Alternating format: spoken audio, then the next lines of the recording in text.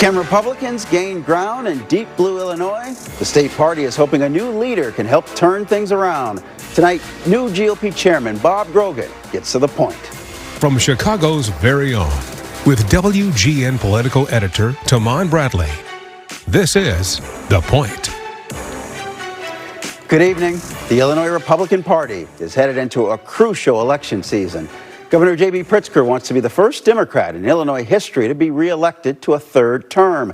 Democrats hold supermajorities in both chambers of the legislature and everywhere statewide. So far, no big-name donor has stepped up to help Republicans compete, but the party has picked a new chairman before the campaign kicks into high gear. Bob Grogan, welcome to The Point. First of all, tell us a little bit about your background. I'm a CPA and a certified fraud examiner. Spent 12 years as the county auditor in DuPage, and now I find myself in the second hardest job in the world, which is chairman of the Illinois Republican Party. What's the first harder? Probably being president. Okay, all right. So what are your top priorities then for the Illinois GOP? I think we have to get back to basics. I think we have to stop lecturing and get back to listening to the voters. We have to start engaging them again on the issues that they care about. I think for too long we relied on just trying to do a bigger ad buy and paying consultants more to do another mailer, and we have to get back to neighbors talking to neighbors about our better candidates and our better policy solutions. The top of your ticket this November, Darren Bailey. What can you do to help him defeat J.B. Pritzker? We have to continue to point out JB's failings. He came in promising a whole lot of things, and honestly, the state's been moving in the wrong direction. Though technically, top of the ticket is actually Don Tracy running for U.S. Senate. When you get in there for your ballot, order does matter, right? But both are very important races, and we have to just point out to everybody that J.B. Pritzker promised all these things and they didn't deliver.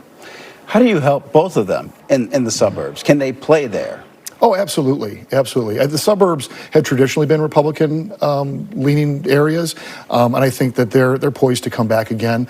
Bailey was obliterated last time in the burbs. Yeah, it was a bad year. It was definitely a bad year, but I think you also have 4 more years of fatigue coming off of JB, and you hear it in the checkout line at the grocery store.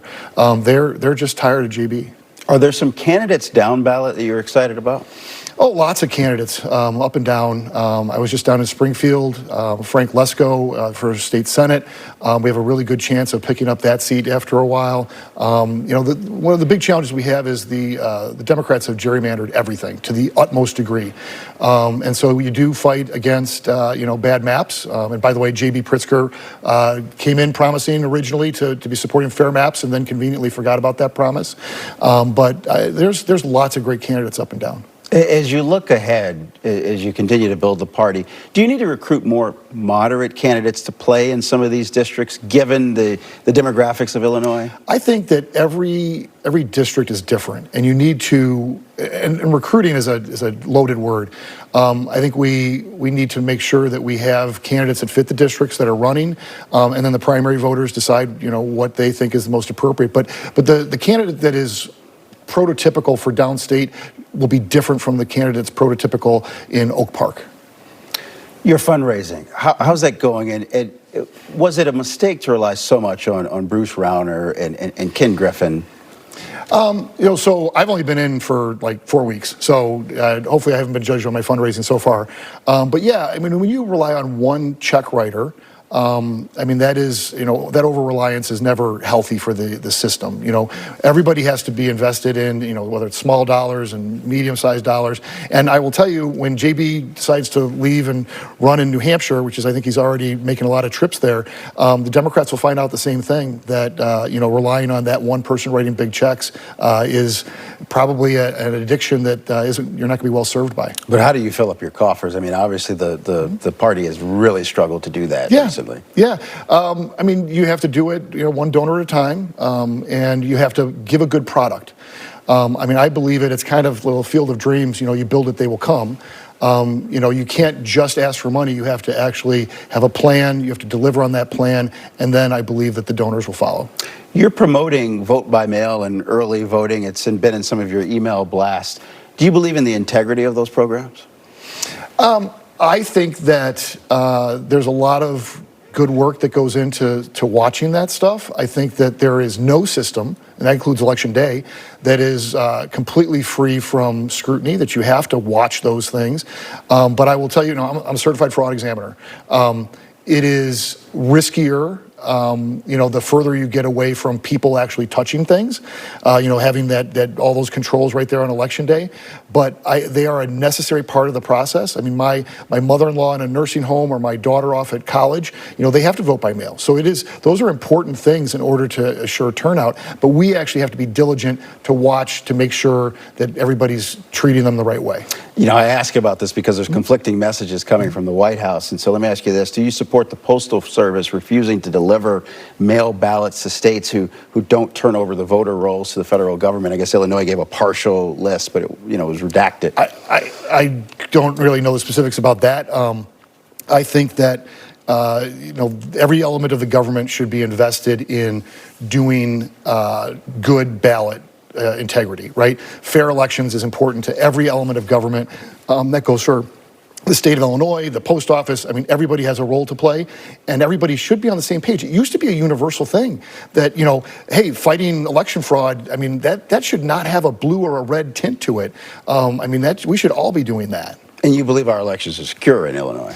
I believe that the results are pretty darn close. I mean, as I said, I'm a CPA, I'm an auditor by trade, and 0 is a bad number for, like how much fraud is there? You can't say 0, right? Now, is it mostly fraud? Absolutely not. Is it fraud enough to tip the scale on an election? Probably not. It depends on how big the election is. You win by 1 vote, I will tell you fraud may have come into play, the deciding factor of 1 vote. This fundraiser in Elk Grove Village that you had this past Friday, what was the message you hoped to send by inviting Nick Shirley there? I think that every citizen needs to be a watchdog, and that every citizen can have impact relative to that. So I think that the mainstream media has completely underplayed corruption and fraud that goes on in government. And you can see, Nick Shirley went and, looks like he found some suspicious activity up in Minneapolis, and he has 130 million views on Twitter from that. Well, that'll tell you that there is a hunger to understand those risks better, as well as he speaks in a way that young folks listen, which is, that YouTube, Twitter, short video kind of concept, and we need to tap in and talk to people in the way that they listen. Democrats are calling him extreme. The Illinois Democratic Party put out a statement saying that his inclusion is proof that the Illinois GOP has completed their transformation into an extremist MAGA organization that values bigoted cultural wars over the issues their voters care most about. Only the Illinois Democratic Party thinks that fighting public corruption is extremism. I guess that's what they really want. They don't want anybody looking at corruption in Chicago or in Springfield. I mean, that's what he's guilty of, right? He's guilty of saying, hey, this is a daycare center, where are the kids? Or, hey, this is a hospice center, where are the folks that are suffering? Or he's guilty of going down to the border and calling out child trafficking. None of those are extreme positions. So yeah, they go ahead and they throw out the word extreme on everything.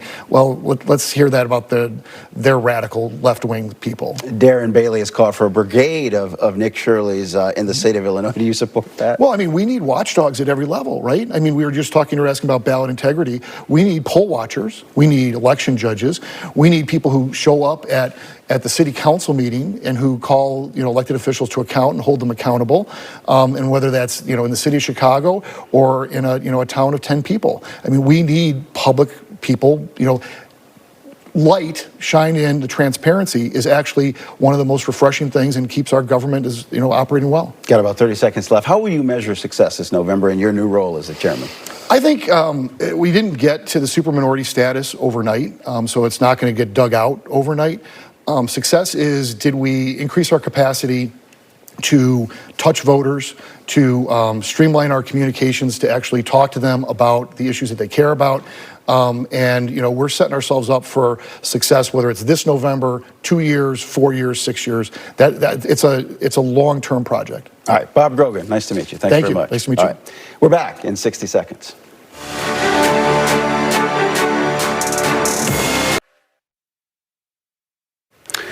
Governor Pritzker makes the $56 billion budget official. He signed the spending plan into law today, 2 weeks before it's set to take effect.